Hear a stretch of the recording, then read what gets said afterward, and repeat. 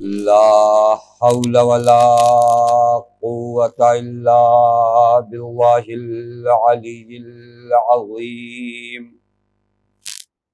أعوذ بالله من الشيطان اللعين الرجيم. بسم الله الرحمن الرحيم.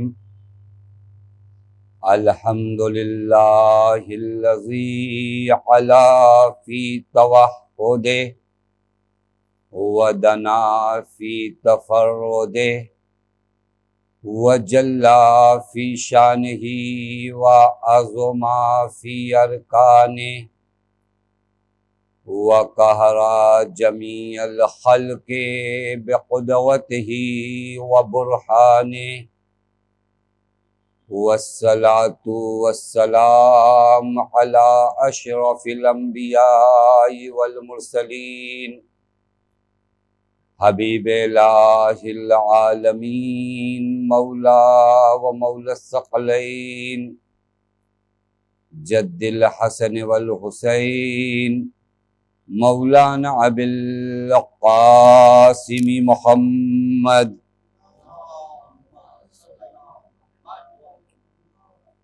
وعلى أهل بيته الطيبين الطاهرين المعصومين المظلومين المنتجبين لا سيما بقية الله في الأرضين واللعنة الدائمة الباقية العاجلة على أعدائهم ومنکری فوائلہم وغاصبی حقوقہم ومخربی شریعتہم اجمعین من الآن الى یوم الدین. اما بعد فقد قال اللہ الحکیم فی محکم کتابہ بسم اللہ الرحمن الرحیم. یا ایہا الذین آمنوا من یرتد منکم عن دینہ فسوف یأتی اللہ بقوم یحبہم ویحبونہ اذلۃ علی المؤمنین عزت علی الکافرین لا یجاہدون فی سبیل اللہ ولا یخافون لومۃ لائم ذالک فضل اللہ یؤتیہ من یشاء واللہ واسع علیم. صلوات پڑھیں محمد وآل محمد.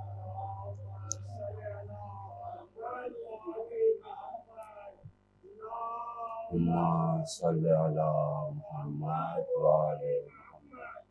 اللهم صل على محمد وآل محمد. اللهم صل على محمد وآل محمد. اللهم صل على محمد وآل محمد. پروردگار عالم کا لاکھ لاکھ شکر ہے کہ اس معبود نے ہمیں اور آپ کو بارگاہ سرکار سید الشہداء میں حاضر ہونے کا شرف عنایت فرمایا. میرے دوستوں اور عزیزوں، حسین ابن علی کا فرش ماتم در حقیقت ہماری روح کی غذا کو فراہم کرتا ہے.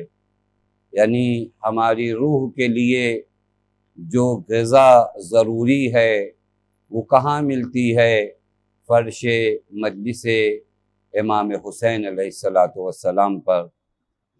اسی وجہ سے آپ کی خدمت میں اس عشرۂ مجالس کا عنوان عصر غیبت میں ہماری ذمہ داریاں قرار دیا ہے کہ اللہ تعالیٰ بحق حسین ہمیں اور آپ کو اپنی ذمہ داریاں جو ہیں انہیں سمجھنے کی توفیق عنایت کرے اور ساتھ ان ذمہ داریوں پر عمل کرنے کی توفیق عنایت کرے۔ میرے دوستو اور عزیزو، کل کی مجلس میں نے آپ کی خدمت میں عرض کیا کہ ہمارے لیے ذمہ داریاں اہل بیت علیہم الصلاۃ نے معین کر دی ہیں۔ انہوں نے بتا دیا ہے کہ ہماری ذمہ داریاں کیا ہیں۔ ہمیں الگ سے سوچنے اور غور کرنے کی ضرورت نہیں ہے۔ انہوں نے معین فرمایا کہ عصر غیبت میں ہماری ذمہ داریاں کیا ہیں اور ان ذمہ داریوں کو ہم کس سے سیکھیں۔ سوال تو یہ ہے، آیا ان ذمہ داریوں کو ہم کسی سے بھی سیکھ لیں؟ کوئی بھی بتائے کہ عصر غیبت میں تمہاری یہ ذمہ داری ہے، عصر غیبت میں تمہارا یہ وظیفہ ہے؟ نہیں۔ اگر آپ کو اپنی ذمہ داریاں جاننا ہیں، اگر آپ کو اپنا وظیفہ جاننا ہے، تو آپ کے پاس دو راستے ہیں اور دونوں ایک ہیں، دو الگ راستے نہیں ہیں۔ ایک ہے کتاب خدا اور دوم ہے اطرت خدا۔ یہی دو راستے ہیں جو ایک راستہ ہے حقیقت میں بار بار عرض کر رہا ہوں، دو چیزیں دونوں کا مقصد ایک۔ یہ دونوں معین کریں گے کہ عصر غیبت میں ہماری ذمہ داریاں کیا ہے۔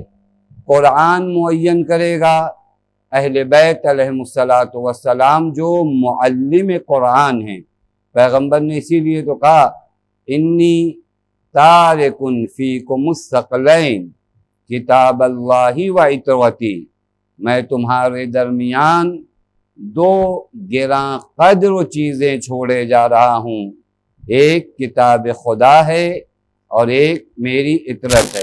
یہی دو حضرات ہماری ذمہ داریوں کو معین کریں گے، یہ بتائیں گے کہ غیبت کبریٰ امام میں تمہاری ذمہ داری ہے کیا۔ کتاب خدا بتائے گی یا معلم کتاب آپ کو آپ کی ذمہ داریوں سے آگاہ کریں گے۔ میرے دوستو عزیزو، واقعاً زندگی کا کوئی شعبہ انہوں نے چھوڑا نہیں ہے کہ ہم یہ سوچیں کہ ہماری ذمہ داریاں کہاں پر کیا ہیں، کیسے پتہ چلے گا۔ نہیں، تھوڑا سے پڑھنے کی ضرورت ہے، تھوڑا سے مطالعہ کرنے کی ضرورت ہے، تھوڑا سے اسٹڈی کرنے کی ضرورت ہے۔ انہوں نے خوب بتایا ہے، انہوں نے تمہیں تشنا نہیں رکھا ہے، پیاسا نہیں رکھا ہے۔ حتیٰ وہ جگہ جہاں پر آپ یہ سمجھتے ہو کہ وہاں پر آپ کی کوئی ذمہ داری نہیں ہے، وہاں پر بھی انہوں نے آپ کی ذمہ داری کو معین کیا ہے۔ یہ ایک جملہ ہے مولا کائنات کا، نہج البلاغہ میں بھی نقل ہوا ہے۔ غالباً اس جملے کا جب معنی کیا جاتا ہے تو لوگ کچھ اور معنی سمجھتے ہیں، لیکن دیکھیے کس طرح حضرت نے اس جملے کے اندر آپ کو آپ کی ذمہ داری بتائی ہے۔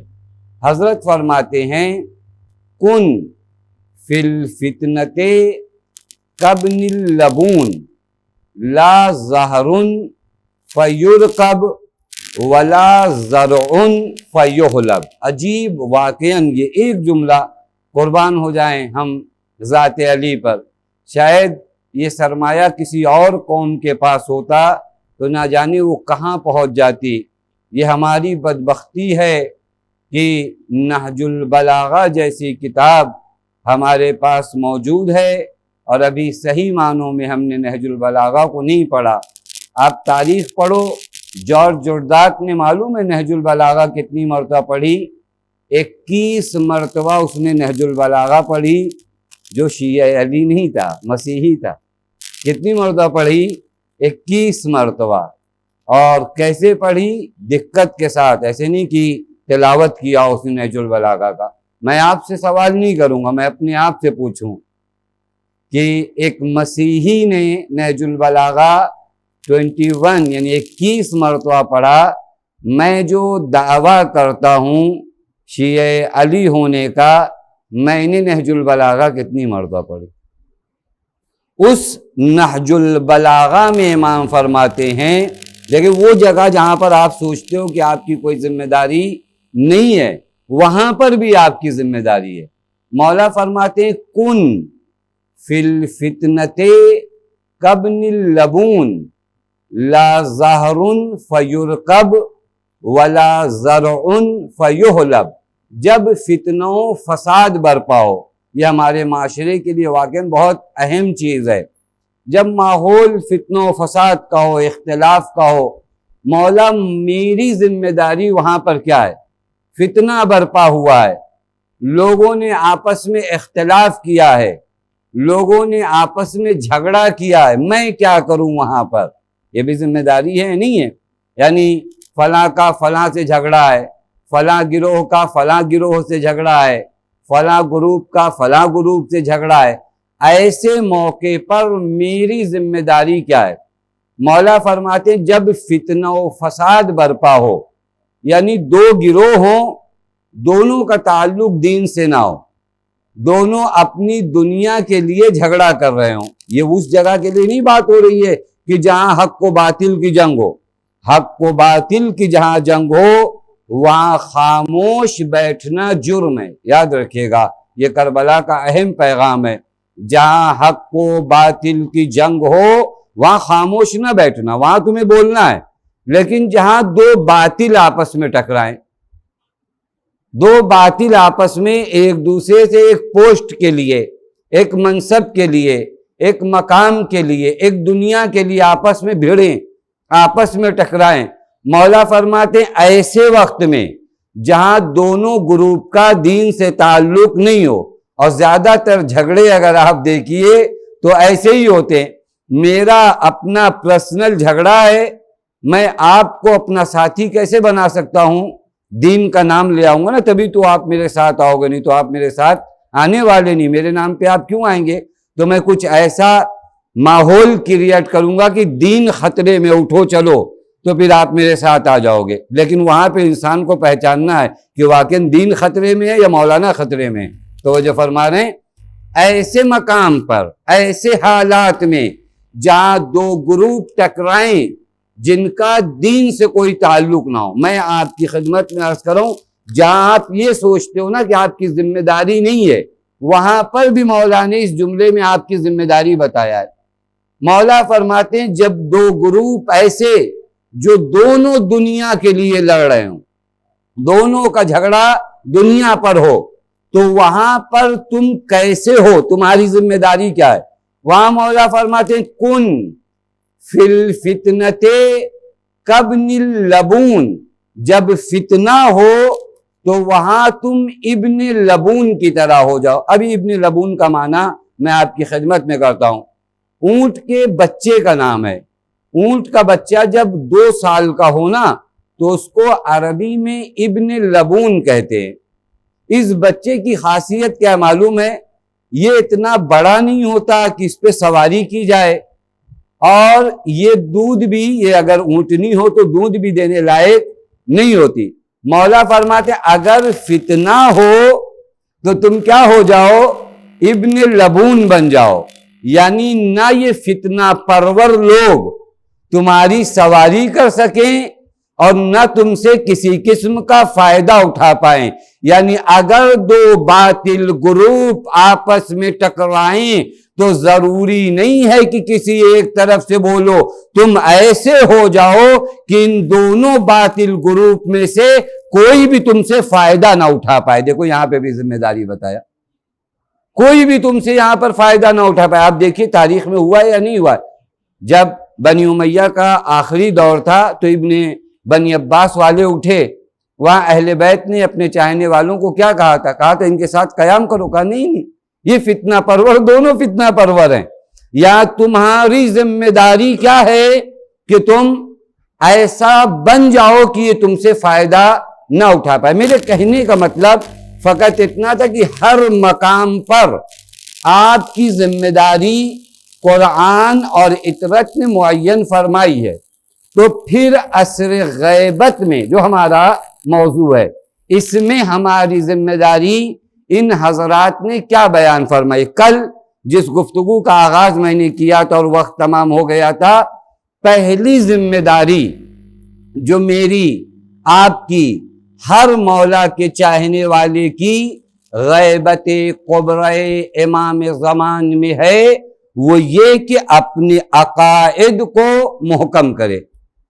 عقیدے کا سودا نہ کریے، اپنے عقائد کو. اسی کو اگر آپ تھوڑا دقیق زبان میں استعمال کرو نا تو اس عقائد کے علم کو علم کلام کہا جاتا ہے. بعض چیزیں دہرائی جائیں تاکہ یہ بچوں کو بھی ہمارے کل یاد ہو. علم کلام کس علم کو کہتے ہیں؟ وہ علم جس میں تمہارے عقائد سے گفتگو ہو، جس میں توحید سے گفتگو ہو، جس میں عدل سے گفتگو ہو، جس میں نبوت سے گفتگو ہو، جس میں امامت سے گفتگو، اسے کہتے ہیں علم کلام. علم کلام مضبوط کرنا ہے مجھے اور آپ کو. کہاں پر؟ عصر غیبت کبریٰ میں. اور میں نے آپ کی خدمت میں عرض کیا جب تک یہ عقائد محکم نہیں ہوتے، چہ امامت کی نسبت، چہ نبوت کی نسبت، چہ توحید کی نسبت، میرے اعمال ویسے نہیں ہو پائیں گے جیسا میرا مولا چاہتا ہے.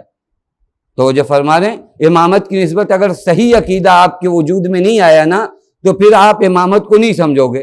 اور جنہوں نے امامت کو نہیں سمجھا انہوں نے پھر امام کی باتوں کو بھی قبول نہیں کیا. جس کا عقیدہ امامت و نبوت و توحید کی نسبت جتنا محکم ہوا ہے اس کا عمل اتنا اچھا اور نیک ہے. اگر آپ تاریخ پہ نگاہ کرو نا، میں ایک نام لے لوں تاکہ ہمارے بچوں کو معلوم ہو کہ علم کلام میں یعنی عقائد میں بحث و گفتگو اور محنت کرنے کی ضرورت ہے.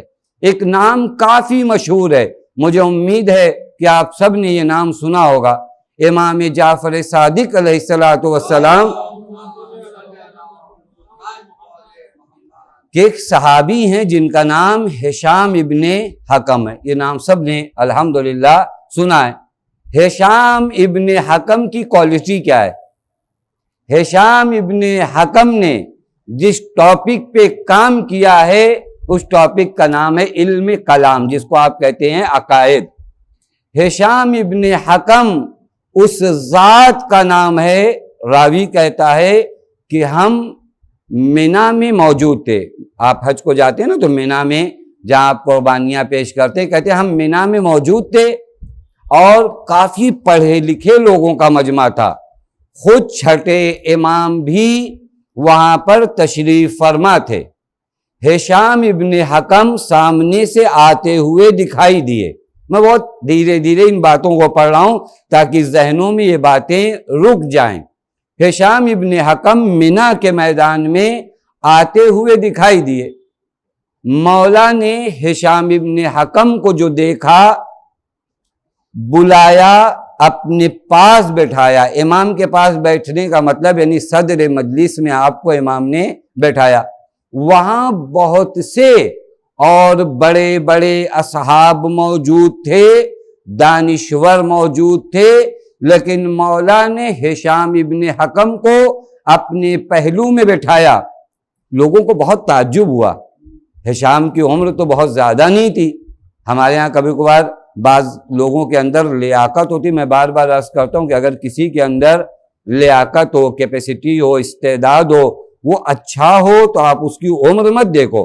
پھر اس کے اندر اگر کوالٹی ہے، وہ اور لوگ ہیں جو عمر دیکھتے ہیں. علی والے جو ہے انسان کی لیاقت کو دیکھتے ہیں، عمر نہیں دیکھتے. ہشام ابن حکم کی عمر بہت کم. امام نے استقبال کیا، اپنے بغل میں بٹھالا اور اس کے بعد جب امام نے چہروں پہ نظر کی تو بہت سے لوگوں کو تعجب ہوا کہ ایک بچہ آیا، امام نے صدر مجلس میں بٹھایا، آخر کیا ہے اس بچے میں؟ امام کو تو آپ کو زبان کھولنے کی ضرورت نہیں نا، امام آپ کے دل کے حالات سے واقف ہے. امام نے ہشام ابن حکم کی جانب اشارہ کر کے کہا، وہ جو عرض کر رہا ہوں، ھذا ناصرنا بقلبہ ولسانہ ویدہ. یہ جو بچہ جسے تم تصور کر رہے ہو یہ ہمارا مددگار ہے. معمولی جملہ نہیں ہے میرے دوستو عزیزو۔ امام وقت اگر کسی کو کہہ دے کہ یہ میرا مددگار ہے، مولا فرماتے ہیں ھذا ناصرنا بقلبہ ولسانہ ویدہ، اپنے دل کے ذریعے، اپنے ہاتھوں کے ذریعے، اپنی زبان کے ذریعے ہشام ابن حکم ہمارا ناصر ہے، ہمارا مددگار ہے۔ معمولی جملہ ہے۔ وقت کا امام اگر کسی کو کہے کہ یہ ہمارا مددگار ہے، مولا یہ کہاں سے آپ کے مددگار ہیں؟ کا اصول عقائد کا دفاع کرتے ہیں، ڈیفینس کرتے ہیں۔ بس مطلب یہ کہنے کا ہوا فقط جنگ میں جا کر تلوار چلانے سے ہی کوئی ناصر امام نہیں بنتا۔ اگر امام کی تعلیمات کو تم عام کرو تو تم بھی ناصر امام ہو۔ ایک صلوات پڑھے محمد وآل محمد۔ اور پھر اس کے بعد اسی جلسے میں امام تھوڑا اور ان لوگوں کو یقین دلانا چاہ رہے تھے کہ یہ ایسے ہی ہیں۔ امام نے ان سے اسماء خدا، خدا کے نام کے بارے میں سوال کیا اور انہوں نے جواب دیا۔ امام نے کہا دیکھا تم لوگوں نے۔ اور انہی ہشام ابن حکم کے بارے میں مولا نے فرمایا ہشام تمہارے جیسے لوگ ہمارے چاہنے والوں سے جب گفتگو کرتے ہیں تو ہمیں خوشی محسوس ہوتی ہے۔ یعنی کیا؟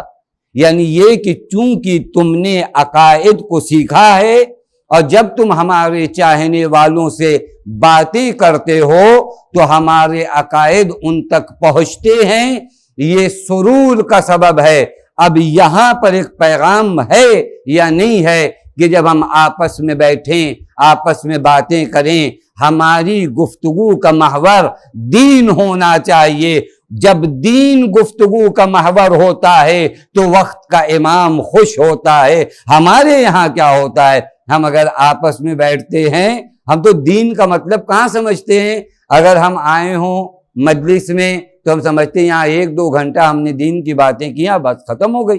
اگر میں شادی میں جاؤں تو وہاں کون سی دین کی باتیں کروں؟ نہیں، وہاں پر بھی آپ کو دین کی باتیں کرنا ہے۔ اگر ناصر امام بننا چاہتے ہو تو اپنی زندگی کے ہر لمحے کو دین کے لیے وقف کر دو اور ان کے عقائد کو دنیا والوں تک پہنچانے کو اپنی ذمہ داری سمجھو، جو ہشام ابن حکم نے کیا۔ امام نے ان کا بڑا احترام کیا، امام نے انہیں بڑی عزت دی، حتیٰ آپ تصور نہیں کر سکتے، بعض چیزیں واقعاً انسان غور نہیں کر سکتا۔ امام کہیں پر ہوں تو پھر امام بولیں تو اچھا لگے گا نا، مجھ جیسے جاہل اگر وہاں پہ بولیں تو بات خراب ہے۔ مولا اگر موجود ہیں، یہ اچھی بات بھی نہیں ہوتی کہ اگر حضور موجود ہیں تو ہم وہاں پر گفتگو کریں۔ لیکن تاریخ میں ملتا ہے یونس ابن یعقوب امام جعفر صادق علیہ السلام کے برجستہ اصحاب میں سے تھے، یعنی نمبر 1 کے اصحاب میں سے تھے۔ انہوں نے اس روایت کو نقل کیا۔ وہ کہتے ہیں کہ حج کے موسم پہ ہم لوگ چھٹے امام کے پاس بیٹھے تھے اور یہاں جتنے لوگ تھے سب ایک سے بڑھ کر ایک۔ حمران ابن اعین معمولی ذات کا نام نہیں ہے، ہشام ابن سالم معمولی ذات کا نام نہیں ہے۔ کہتے ہم سب امام کے پاس بیٹھے تھے، ہشام ابن حکم بھی مولا کے پاس بیٹھے تھے۔ مولا نے فرمایا ہشام اگر تمہارا دل چاہے تو اس گفتگو کو بتا دو جو تم نے عمرو ابن عبید سے کیا ہے۔ دیکھیں امام درخواست کر رہے ہیں، امام کہہ رہے ہیں اگر تمہارا دل چاہے تو تم اس گفتگو کو بتا دو۔ کہ مولا آپ کے سامنے، اب یہ بھی تواضع ہونا چاہیے، مولا آپ کے سامنے سخت واقعاً اگر کسی پڑھے لکھے انسان کو بیٹھا زبان میں لوکنا تھا، رسد وقت کا امام سامنے موجود ہو، مولا آپ کی جلالت، آپ کی عظمت، آپ کا علم اجازت نہیں دیتا کہ میں اپنے لبوں کو کھولوں۔ کہا ہشام اگر ہم حکم دیں تو پیروی کرنا ضروری ہے۔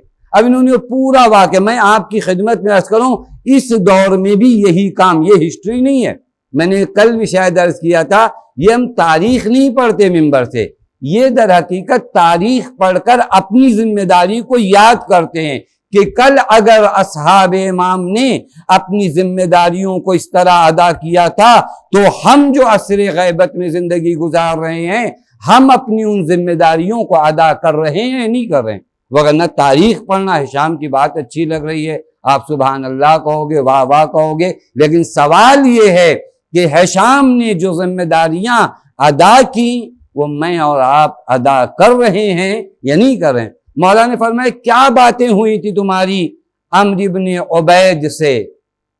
کہ مولا آپ کی اجازت ہے تو بیان کروں؟ کہا ہاں ہم حکم کر رہے ہیں۔ کہ مولا میں نے سنا۔ اب یہاں پر واقعاً اگر آپ دیکھو نا بہت درس اور میسج ہے۔ کہ مولا میں نے سنا کہ عمرو بن عبید بصرے میں رہ کر امامت کا انکار کرتا ہے اور کنسپٹ جو امامت کا ہے اس کو مانتا نہیں۔ مجھے یہ سن کر بڑی تکلیف ہوئی۔ بس ہمیشہ ہمیں تکلیف دنیا جانے پہ نہیں ہونا چاہیے، کبھی دین کا بھی درد اس دل میں اٹھنا چاہیے۔ دین میں اگر کہیں مشکل آئے تو میرے دل میں درد اٹھے، مجھے یہ نہیں کہنا مجھ سے کیا مطلب، جانے دو وہ اس کا عقیدہ ہے، اس کا نظریہ، نہیں، تکلیف ہونی چاہیے۔ عمرو ابن عبید کی بات سے ہشام ابن حکم کو تکلیف ہے۔ کہا مولا میں نے بصرے کا سفر طے کیا۔ اب یہ دیکھیں یہ جانفشانی ہے یا نہیں، کہاں سے کہاں بصرے پہنچے۔ کہا میں گیا اور وہاں اس کے شاگرد وغیرہ سب بیٹھے ہوئے تھے، میں نے لوگوں سے کہا تھوڑا جگہ دو بھائی مجھے آگے جانا ہے۔ کہا لوگوں نے جگہ دیا۔ کہا میں نے عمرو بن عبید سے کہا کہ میں آپ سے سوال کر سکتا ہوں؟ اس نے کہا ہاں جو دل چاہے آپ پوچھو۔ کہا آپ کے پاس آنکھ ہے؟ کہا بڑا بےہودہ اور بیوقوفی بھرا سوال تم کر رہے ہو۔ کہا کیا کروں، میرے سوالات تو ایسے ہی ہیں، بس آپ جواب دے دیجئے۔ کہاں جو چیز دکھ رہی ہے اس میں پوچھنے والی بات کیا ہے؟ کہا آنکھ ہے؟ کہا ناک بھی ہوگی؟ کہاں وہ بھی ہے؟ کہا کان بھی ہوگا؟ کہاں وہ بھی ہے؟ میں اس واقعے کو بہت فقط آپ کو ذمہ داریاں یاد دلاؤں۔ کہا زبان بھی ہے؟ کہاں زبان بھی ہے؟ کہا آنکھوں سے کیا کرتے ہو؟ کہا لوگوں کو دیکھتا ہوں، رنگ کون سا کلر کس طرح کا ہے یہ آنکھیں ہی بتاتی ہیں۔ کہا کان سے کیا کرتے ہو؟ کہا آوازیں سنتا ہوں۔ کہا ناک سے؟ کہا چیزوں کو سونگھتا ہوں۔ کہا زبان سے؟ کہا ذائقہ لیتا ہوں۔ کہا اچھا یہ بتا دیجئے کہ ان تمام چیزوں کے باوجود دل بھی ہے آپ کے پاس؟ ہاں دل بھی ہے۔ کہا جب یہ تمام اعضاء، یہ تمام باڈی کے پارٹس آپ کے پاس موجود ہیں تو پھر دل کا کیا کام ہے؟ ہاتھ بھی آپ کا سالم ہے، آنکھ بھی آپ کی ٹھیک ہے، کان بھی ٹھیک ہے، زبان بھی ٹھیک ہے، تو یہاں پر پھر دل کا کام کیا ہے؟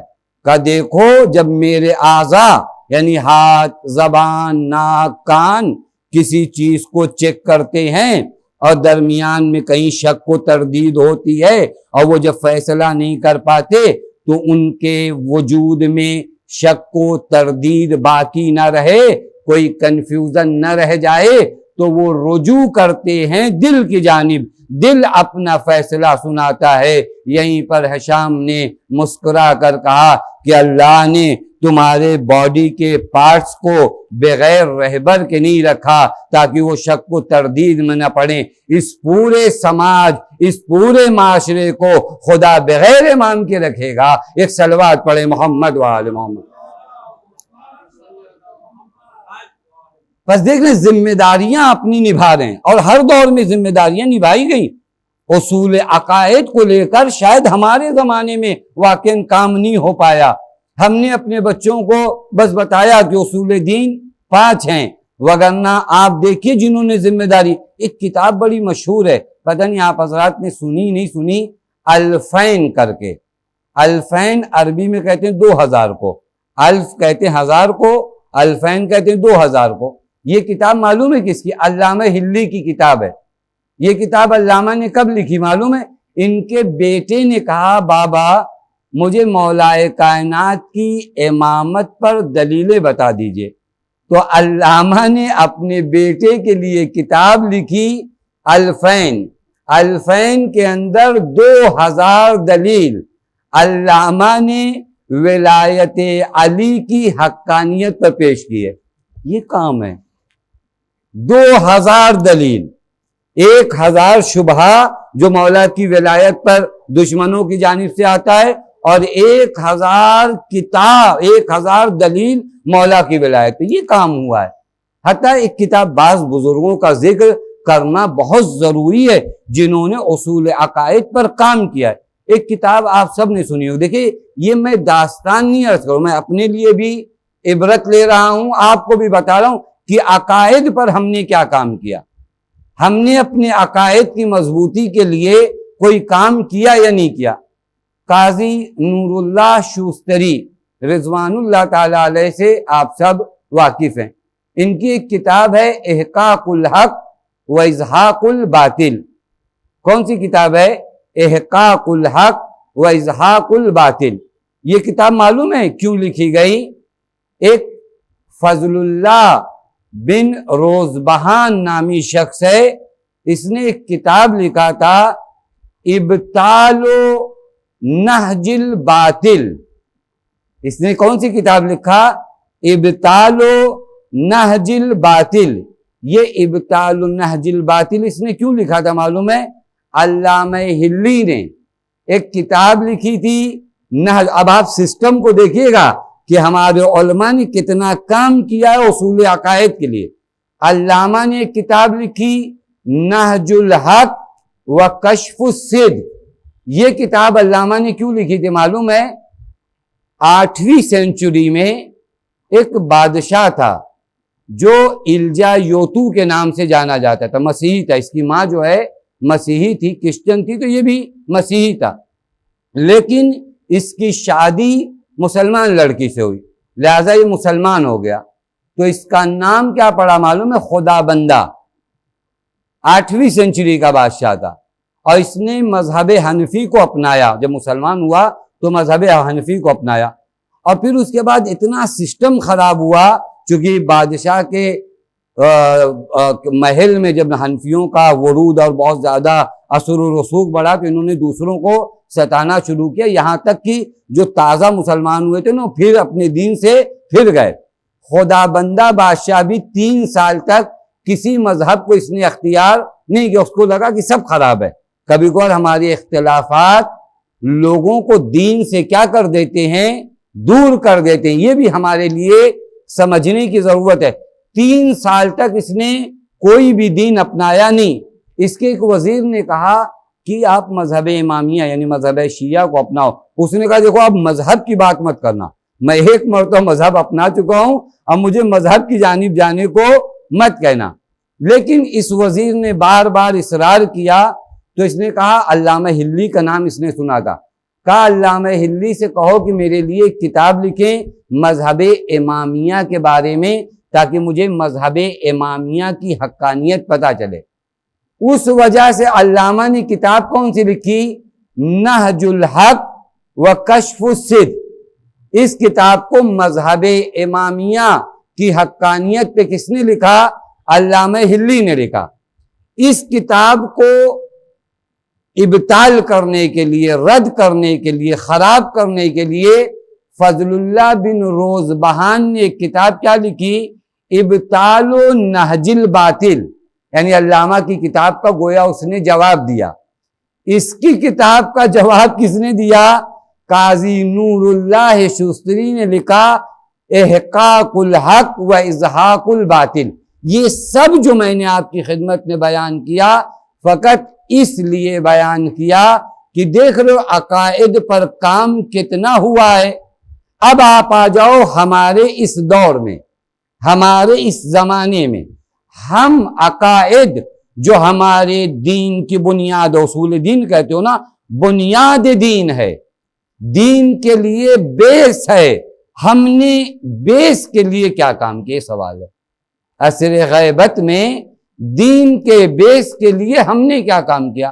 اور آپ دیکھ لو واقعی کام نہیں ہوگا تو میں نے کل بھی شاید عرض کیا تھا، آج رابطے بڑے آسان ہو گئے، تو پھر جب آپ اسلام اور دین پر کام نہیں کرو گے تو دشمن ایک نیا اسلام لے آئے گا، پرموٹ کرے گا، اور اس اسلام کو بتائے گا کہ یہی دین ہے، اور اس دین کے اندر خون، دہشت گردی، تماشا، مظلوموں کو ستانا لوگ دیکھ کر گھبرا جائیں گے کہ یہی دین اسلام ہے، تو اس دین اسلام کے قریب ہمیں جانے کی ضرورت نہیں ہے۔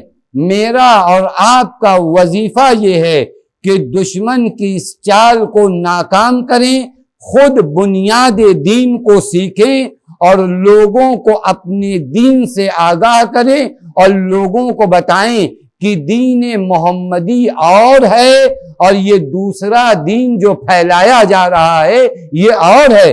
آج اسلام کی کیا تصویر بنائی گئی ہے؟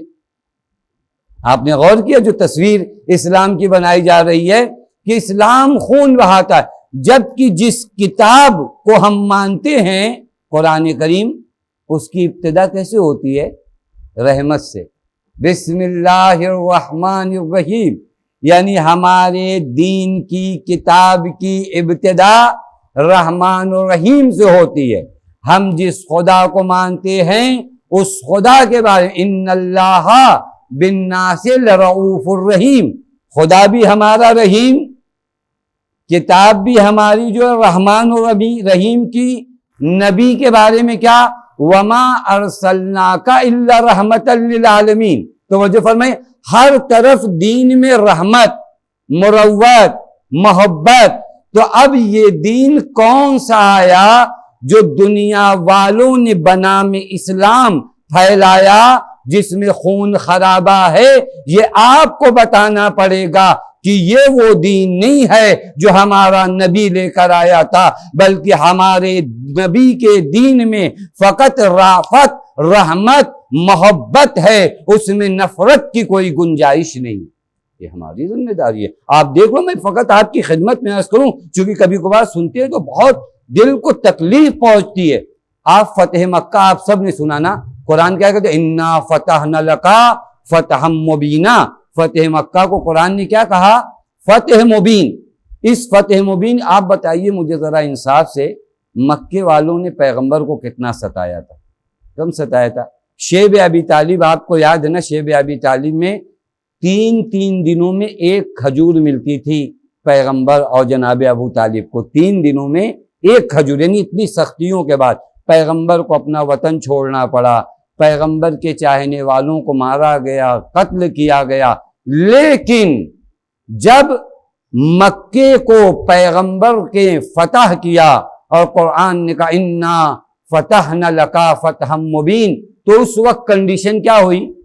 بعض جو دین کو نہیں سمجھتے تھے نا، روایت میں ایک شخص بنام سعد، اس نے ایک قلم اٹھایا اور پورے مکے میں اعلان کرنا شروع کرتا ہے، الیوم یوم الملحمہ تستحل الحرمہ، آج بدلے کا دن ہے، آج انتقام کا دن ہے، آج ہم مکے والوں کی حرمت کو پامال کریں گے۔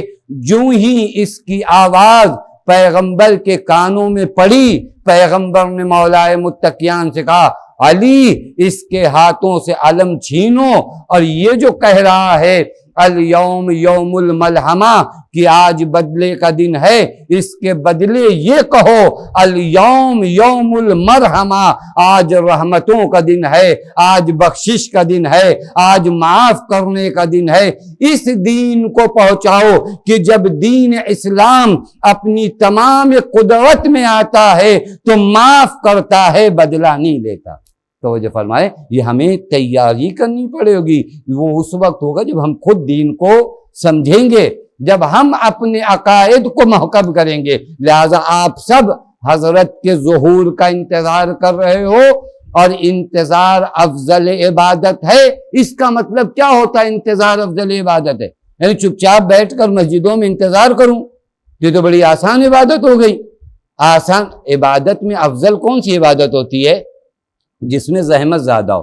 حدیث ہے نا، افضل الاعمال احمزھا، جس عمل میں زحمت زیادہ ہے اس کی فضیلت زیادہ ہے۔ ہم لوگ جو انتظار کر رہے ہیں اس میں آپ زحمت بتاؤ، اس میں کون سی زحمت ہے ہم کو؟ یہاں تو ہم چپ چاپ بیٹھے ہوئے کہہ رہے ہیں انتظار کا، نہیں، انتظار کا معنی یہ ہے کہ تم حضرت کے آنے سے پہلے اصول عقائد کی تیاری کرو اور دنیا والوں تک پیغام دین پہنچاؤ اور لوگوں کو بتاؤ کہ وہ دین اور ہے جو لوگ تمہیں بنام دین بتاتے ہیں.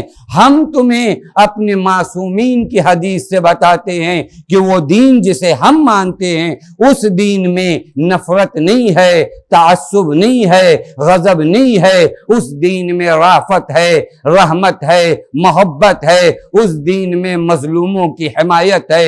اس دین میں غربا اور مساکین کے ساتھ اچھی طرح پیش آنا. یہ ہمیں بتانا پڑے گا. تو جو فرما رہے ہیں یہ عصر غیبت کی ذمہ داری ہے میری اور آپ کی کہ میں اپنے عقائد کو محکم کروں. میں عقائد دین کو میں کب دوسروں کو بتاؤں گا؟ میں پہلے خود تو سمجھوں، میں پہلے خود تو قیامت کا معنی سمجھوں. ہو رہا ہے ہم خود قیامت کا معنی نہیں سمجھیں. معنی کا مطلب یعنی ہم نے قیامت پر ویسا عقیدہ نہیں رکھا. اگر آپ مجھے انصاف سے بتاؤ میرا قیامت پر صحیح عقیدہ ہو جائے تو پھر میں گناہ کروں گا.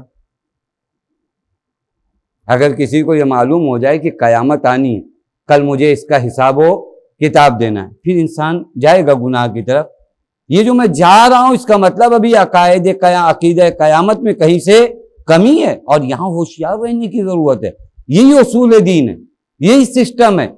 امام رضا علیہ الصلوۃ والسلام، ایک صلوات پڑھو. ایک نام آپ نے بہت زیادہ سنا ہوگا اور ایران میں شہر رے میں ان کی زیارت گاہ بھی ہے، شاہ عبدالعظیم حسنی. ان کو 8ویں امام نے ایک لیٹر لکھا، امام نے خط لکھا.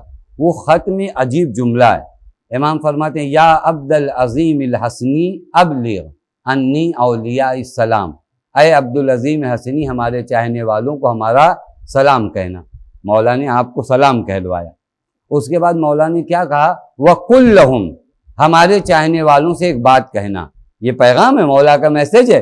مولا کہتے قُلْ لَهُمْ، ہمارے چاہنے والوں سے کہو ان لا يَجْعَلُوا لِلشَّيْطَانِ عَلَىٰ أَنفُسِهِمْ سَبِيلًا. ہمارے چاہنے والوں سے کہو کہ اپنے آپ پر شیطان کو مسلط نہ ہونے دیں. دیکھیں کتنا اہم پیغام ہے. مولا فرماتے ہمارے چاہنے والوں سے کہو کہ شیطان کو اپنے آپ پر مسلط نہ ہونے دیں. یہیں سے آپ سمجھ سکتے ہو نا کہ اگر ہم چاہتے ہیں تو شیطان مسلط ہوتا ہے. ہم شیطان کے آنے کا راستہ فراہم کرتے ہیں. یہ جو ہم لوگ کبھی کبھار غلطی کرتے ہیں کہ شیطان نے بہکا دیا، وہ پہلے آپ نے شیطان کو بلایا تو اس نے بہکا دیا. آپ ایسے راستے بناتے کہ شیطان آپ کی ذات تک نہیں آتا، اور اہل بیت نے بتایا ان راستوں کو. مولا فرماتے ان سے کہو کہ شیطان کو اپنے آپ پر مسلط نہ ہونے دیں، چونکہ شیطان جب مسلط ہوتا ہے تو پہلا کام یہ کرتا ہے تمہارے عقائد کو کمزور کرتا ہے. کس کو کمزور کرتا ہے؟ آپ کے عقائد کو. وہ آٹومیٹک دھیرے دھیرے، کوئی کان میں آ کے نہیں کہتا، آپ کے دل سے ایک آواز اٹھتی ہے ارے قیامت کس نے دیکھی. نہیں کہتے ہم لوگ کبھی کبھار دیکھا جائے گا. ابھی آپ بات کرو آج دنیا کی، آپ کہاں بات کرو کہ آپ نے دیکھا مولانا قیامت، زبردستی قیامت سے ڈرا رہے ہو. یہ شیطانی الفاظ ہیں گرچہ انسان کی زبان سے نکلیں. تو وہ جو فرما رہے ہیں یہ وہی شیطانی حموات اور وسوسے ہیں. اور شیطان اتنا چالاک ہے نا، قرآن کی عجیب تعبیر ہے. قرآن کہتا ہے وَلَا تَتَّبِعُوا خُطُوَاتِ الشَّيْطَانِ. خطوات شیطان کی پیروی نہ کرو. خطوہ معلوم ہے عربی میں کس کو کہتے ہیں؟ جب کوئی چھوٹا قدم اٹھائے. آپ کہیں جا رہے ہو نا، بڑا بڑا قدم اٹھا کے جاؤ تو اس کو خطوہ نہیں کہتے. چھوٹا چھوٹا قدم اٹھا کے جاؤ تو عربی میں اس کو کیا کہتے ہیں؟ خطوہ. یہ چھوٹا چھوٹا قدم کون اٹھاتا ہے؟ آپ نے دیکھا ہے؟ میں اگر دھیرے دھیرے آنا چاہوں چور بن کے تو میں چھوٹا چھوٹا قدم اٹھاتا ہوں تاکہ آپ کو پتہ نہ چلے. قرآن کہتا ہے شیطان جب تمہاری زندگی میں آتا ہے تو چھوٹے چھوٹے قدم کے ساتھ آتا ہے، تمہیں احساس بھی نہیں ہو پاتا، اور شیطان تمہاری زندگی میں چلا بھی آتا ہے. ایک صلوات پڑھے محمد وآل محمد. یوں مرحلہ ہے جہاں مجھے تو اب وہاں شیطان آپ کو خوب بہکاتا ہے قیامت کو لے کے. کس نے دیکھا؟ کہاں پر قیامت ہے؟ آپ گئے تھے، آپ دیکھ کر آئے ہو، ہم کو بتا رہے ہو کہ پلے صراط ہے. آپ دیکھ کر آئے ہو کہ آپ بتا رہے ہو کہ وہاں پہ کھڑا ہونا پڑے گا. اب یہ شیطانی وسوسے ہیں. حتی روایت میں امام جعفر صادق علیہ الصلوۃ والسلام فرماتے ہیں کہ جب انسان کا آخری وقت ہوتا ہے، جانکنی کا عالم یعنی حالت احتضار ہوتا ہے نا، جب انسان اس دنیا سے جانے والا ہوتا ہے، تو امام فرماتے ہیں شیطان اپنے لشکر کو آمادہ کرتا ہے، کہتے جاؤ ایسا نہ ہو کہ یہ انسان با ایمان اس دنیا سے چلا جائے. شیطان آپ سے اس وقت بھی مایوس نہیں ہوتا جب آپ اس دنیا سے جا رہے ہو، کہتے جاؤ ابھی موقع ہے. ایسا نہ ہو کہ کلمہ لا الہ الا اللہ محمد رسول اللہ اور علی ولی اللہ کے ساتھ جاؤ اسے بہکاؤ.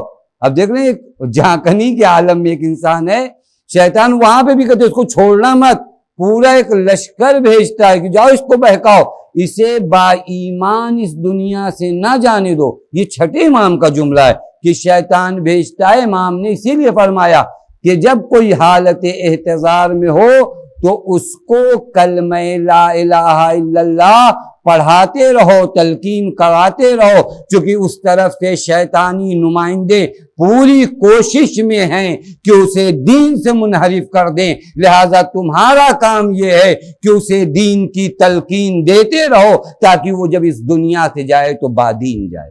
تو جو فرما رہے ہیں شیطان وہاں پر بھی مایوس نہیں ہوتا. لہذا عقائد کو محکم کرنے کی ضرورت ہے. اس عقیدے پہ کام کیجئے. اور یہ عقیدہ جو بھی ہے اصول دین میں، یہ دیکھیے شرمانے کی بات نہیں ہے. میں آپ کی خدمت میں عرض کروں، یہ جنہوں نے یہ خط نقل کیا ہے نا 8ویں امام سے، یہ شاہ عبدالعظیم حسنی کوئی معمولی آدمی نہیں ہے. 4 اماموں کا زمانہ دیکھا ہے. کتنے اماموں کا زمانہ دیکھا؟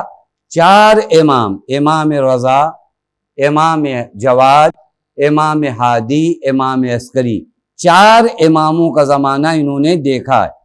امام ہادی کی خدمت میں ہمارے جیسے لوگ 2-4 تھوڑا کتاب اگر پڑھ لیتے تو ان کو لگتا ہے کہ بس دین جو ہے یہی ہے. پھر ان کو کوئی بتا دے کہ مولانا آپ یہاں غلط تھے تو وہ ماننے کو تیار نہیں ہے، تم ہم کو بتانے آئے ہو. جبکہ یہ کون ذات ہے 4 اماموں کی بارگاہ میں رہے ہیں اور امام ہادی کے سامنے آتے ہیں اور کہتے ہیں مولا میں اپنے عقائد آپ کے سامنے دہرانا چاہتا ہوں، آپ چیک کر لیجئے کہ میرے عقیدے صحیح ہیں صحیح نہیں. آپ پیغام لو، اس سے کیا لوگے؟ مولا میں، اور یہ بہت نسل کے لحاظ سے بھی کوئی معمولی ذات نہیں، معلوم ہے شاہ عبدالعظیم حسنی امام حسن کے اولادوں میں سے، اور ان کی زیارت کا ثواب بھی بہت زیادہ نقل کیا گیا، پس کوئی معمولی ذات نہیں ہے. لیکن امام ہادی کی خدمت میں پہنچ کے کہتے مولا توحید کے بارے میں میرا عقیدہ یہ ہے، عدل کے بارے میں میرا عقیدہ یہ ہے، نبوت کے بارے میں میرا عقیدہ یہ ہے، امامت کے بارے میں میرا عقیدہ یہ ہے، قیامت کے بارے میں میرا عقیدہ یہ. آپ بتاؤ یہ میرا عقیدہ صحیح ہے یا صحیح نہیں ہے؟ امام نے فرمایا ھذا دین اللہ حقا، قسم خدا کی یہی وہ دین حق ہے جس سے خدا راضی ہے. اس پائے کے علم کا مالک بھی جب امام وقت کو پاتا ہے تو اپنے عقائد ان کے سامنے پیش کرتا ہے، اے میرے مولا میرے عقائد کو دیکھ لو صحیح ہے یا صحیح نہیں ہے، چونکہ اسے معلوم ہے کہ اگر یہ نہ صحیح ہوا تو پھر کوئی چیز صحیح نہیں ہوگی. آج وہ پیغام میرے لیے بھی ہے، گرچہ میرا امام موجود نہیں ہے، نظروں سے غائب ہے، لیکن قرآن موجود ہے، امام کی احادیث موجود ہے.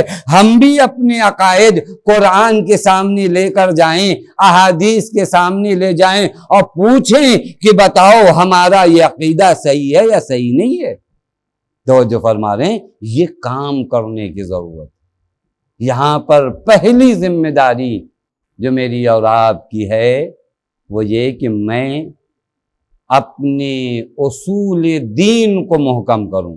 اب وقت نہیں رہ گیا کہ میں آپ کو دوسری ذمہ داری کی جانب لے جاؤں کہ دوسری ذمہ داری عصر غیبت میں کیا ہے. یہ عقائد کا مسئلہ خوب اچھی خاصی ابھی اور گفتگو ہے، لیکن میں چونکہ باتیں بہت زیادہ ہیں، اب اگر یہاں زیادہ رک گئے تو اور باتیں رہ جائیں گی. اب انشاءاللہ کل آپ کی خدمت میں عرض کروں گا کہ دوسری اہم ذمہ داری جس کا تعلق جو ہے وہ تقریباً عمل سے بھی ہے اور فکر سے بھی ہے، ہر امام کے چاہنے والے کی دوسری اہم ذمہ داری ہے معرفت امام۔ عصر غیبت میں آپ کی سب سے بڑی ذمہ داری معرفت امام۔ معلوم تو ہونا چاہیے جس کا انتظار کرو وہ ہے کون۔ آپ یہی نہیں جانتے کہ جس کا انتظار کرو وہ ہے کون، تو کیا مطلب؟ آپ کہو گے کون نہیں جانتا، ہم تو جانتے ہمارے مولا کا نام یہ ہے، لقب یہ ہے، ولادت تب ہوئی ہے، عصر صغریٰ یہ تھا، غیبت کبریٰ یہ معرفت نہیں۔ یا آپ نے تھوڑا سے نام اور تاریخ ولادت اور تاریخ غیبت کبریٰ و صغریٰ یاد کر لیے، یہ معرفت کافی نہیں ہے۔ دوسری اہم ذمہ داری جو ہم سب کی ہے وہ عصر غیبت میں اتنا کام کریں کہ اپنے امام کی معرفت کو پیدا کر لیں۔ آپ کبھی دیکھو نا، میں آپ کی خدمت میں انشاءاللہ اگر کل وقت رہا تو میں عرض کروں گا، جب کوفے والوں نے خط لکھا نا مولا کو کہ آ جائیے، باغ آمادہ ہیں، پھل لگ چکے ہیں، توڑنے کا وقت آ گیا، لوگ دنیا والے یہی باتیں کرتے ہیں نا، مولا آئیے، باغ تیار ہے، پھل تیار ہے، توڑنے کی بس دیر ہے۔ تو مولا نے ان کے جواب میں کیا لکھا معلوم ہے؟ انہوں نے مولا کو بلایا، امام نے ان کے جواب میں امامت کی ڈیفینیشن لکھی۔ اب آپ سوچو خالی کہ یہ تو بلا رہے ہیں اور امام ان کو بتا رہے وَمَلْ امام، تمہیں معلوم بھی ہے کہ امام کون ہے؟ یعنی وہی ایک پیغام دے رہے ہیں سرکار سید الشہداء کہ امام کو بلانے سے پہلے امام کو پہچان تو لو،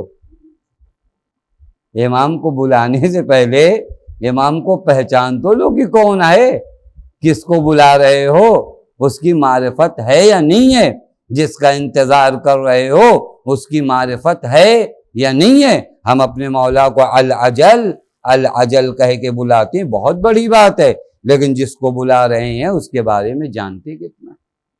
یہ سوال نہیں ہے، یہ اہم سوال ہے۔ اگر آپ اپنے امام کو نہیں پہچانیں گے تو یاد رکھنا امام آتا ہے اور تنہا رہ جاتا ہے، لیکن جو اپنے وقت کے امام کو پہچانتا ہے اسے امام بھیجتا ہے، وہ نہیں جاتا ہے۔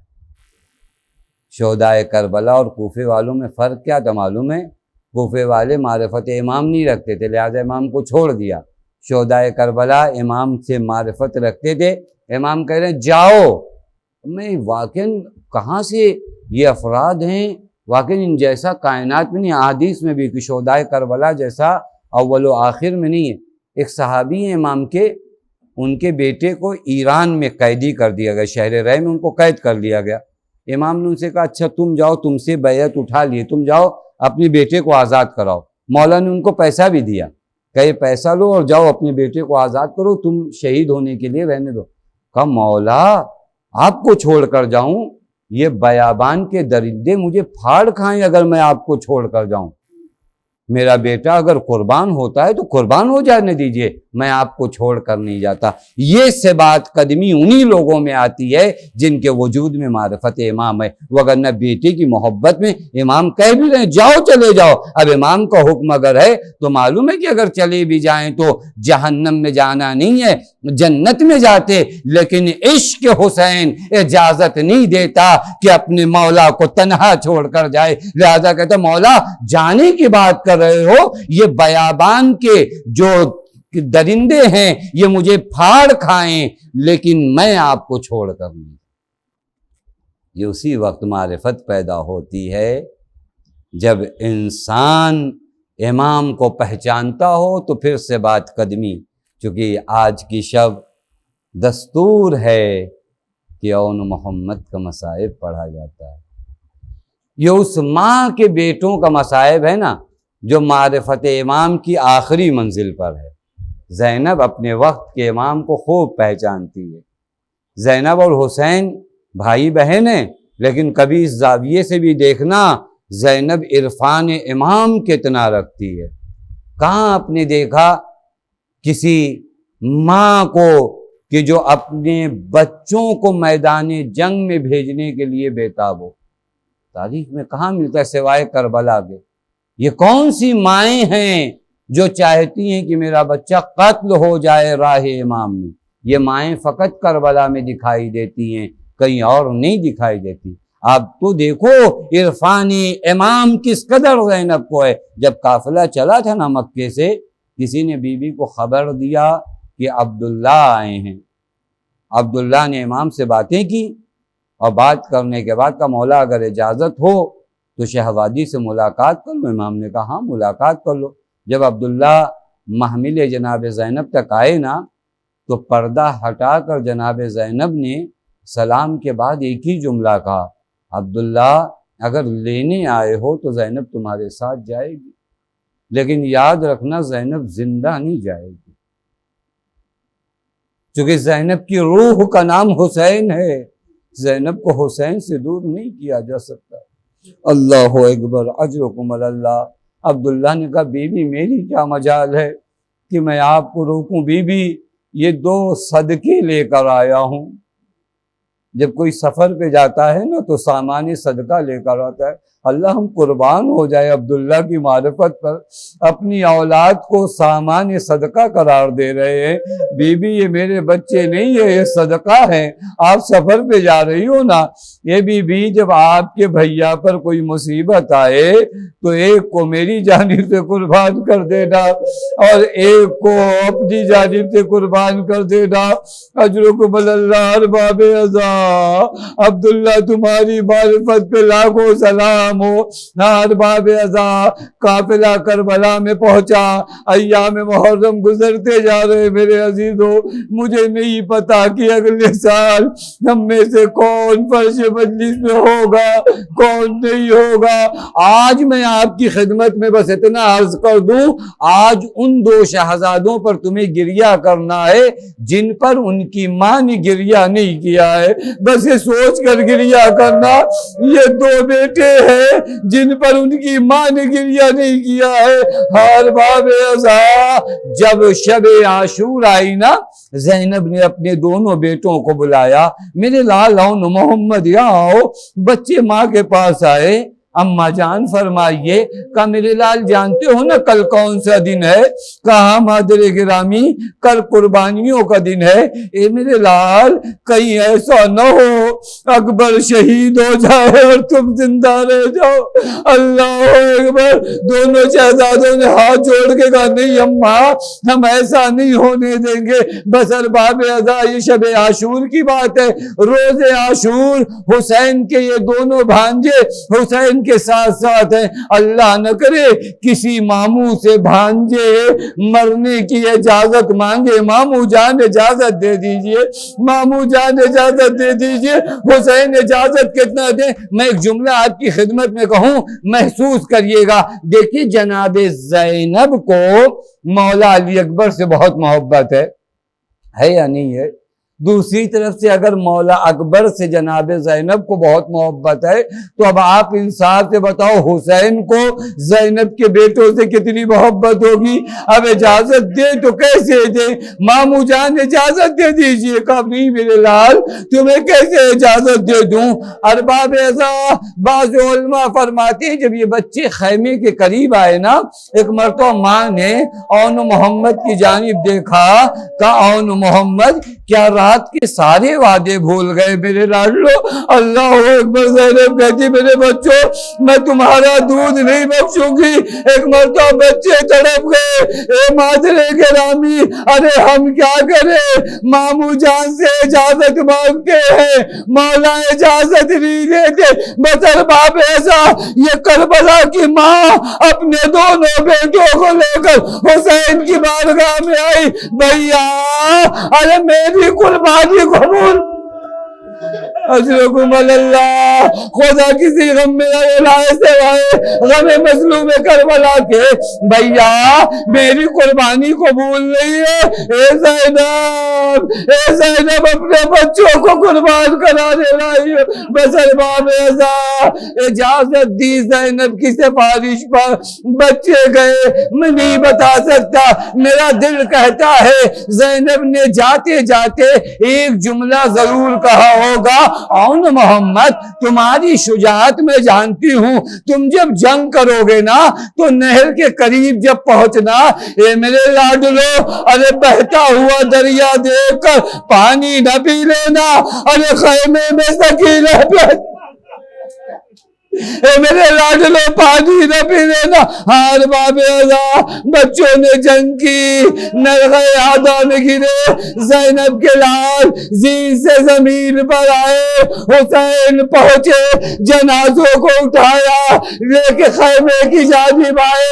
اب تک دستور یہ تھا جب بھی کسی کا جنازہ آتا، ارے زینب گئے خیمہ تک آ جاتی، لیکن ان دو بچوں کا جنازہ آیا، میں نے کہا نا ان دو بچوں کی ماں نے ان پر گریہ نہیں کیا۔ ارے حسین کیا کرے، زینب کہاں ہے، حسین خیمے میں جنازہ لائے، ارے دونوں جنازوں کے درمیان ماں سجدہ شکر کر رہی۔ بسر باب ایسا یہاں مسائب ختم کر دیتا، لیکن دل نہیں مانتا، ماں نے گریہ نہیں کیا، ماں کا دل ہے۔ اب آپ تصور کرو کیسے بچوں کو دیکھ کر ماں نہیں روئی، لیکن زینب نے گریہ نہیں کیا۔ کربلا سے آگے سفر ہوا، زینب نے گریہ نہیں کیا۔ شام میں زینب نے گریہ نہیں کیا، شام سے لوٹ کر کربلا میں زینب نے گریہ نہیں کیا۔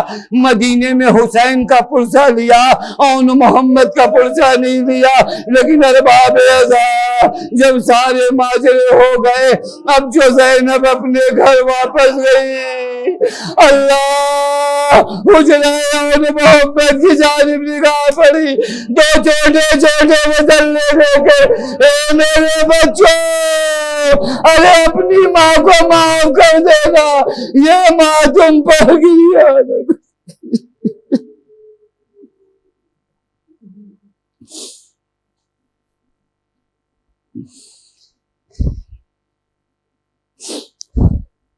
وَسَيَعْلَمُ الَّذِينَ ظَلَمُوا أَيَّ مُنْقَلِبٍ يَنْقَلِبُونَ إِنَّا لِلَّهِ وَإِنَّا إِلَيْهِ رَاجِعُونَ رِضًا بِقَضَائِهِ وَتَسْلِيمًا لِأَمْرِهِ۔ بار الہ تجھے تیرے حق کا واسطہ، آل محمد کے حق کا واسطہ، ہم میں جو بیمار انہیں شفائے کامل و عاجل عنایت فرما۔ بار الہ تجھے تیرے حق کا واسطہ، آل محمد کے حق کا واسطہ، ہم میں جو پریشان ان کی پریشانیوں کو دور فرما۔ بار الہ تجھے تیرے حق کا واسطہ، آل محمد کے حق کا واسطہ، ہم میں جو مقروض ان کے قرض غیب سے ادا فرما۔ بار الہ تجھے تیرے حق کا واسطہ، آل محمد کے حق کا واسطہ، ہماری اس مختصر سی عبادت کو قبول فرما۔ بار الہ تجھے تیرے حق کا واسطہ، آل محمد کے حق کا واسطہ، ہم میں جو بے اولاد ہیں انہیں اولاد صالح عنایت فرما۔ بار الہ تجھے تیرے حق کا واسطہ، آل محمد کے حق کا واسطہ، ہماری قوم کے بچوں کو، جوانوں کو، نوجوانوں کو ترقی عنایت فرما۔ بار الہ تجھے تیرے حق کا واسطہ، آل محمد کے حق کا واسطہ، ہمارے بزرگوں کو، بیماروں کو شفائے کاملہ و عاجلہ عنایت فرما۔ بار الہ تجھے تیرے حق کا واسطہ، آل محمد کے حق کا واسطہ، معبود ہم سب کو حج و زیارات سے مشرف فرما۔ بار الہ تجھے تیرے حق کا واسطہ، آل محمد کے حق کا واسطہ، معبود تجھے بی بی زینب سلام اللہ علیہ کا واسطہ، وارث عدل و انصاف امام زمان کے ظہور میں تعجیل فرما، ہمیں ان کے اعوان و انصار میں شمار فرما۔ ربنا تقبل منا انک انت السمیع العلیم۔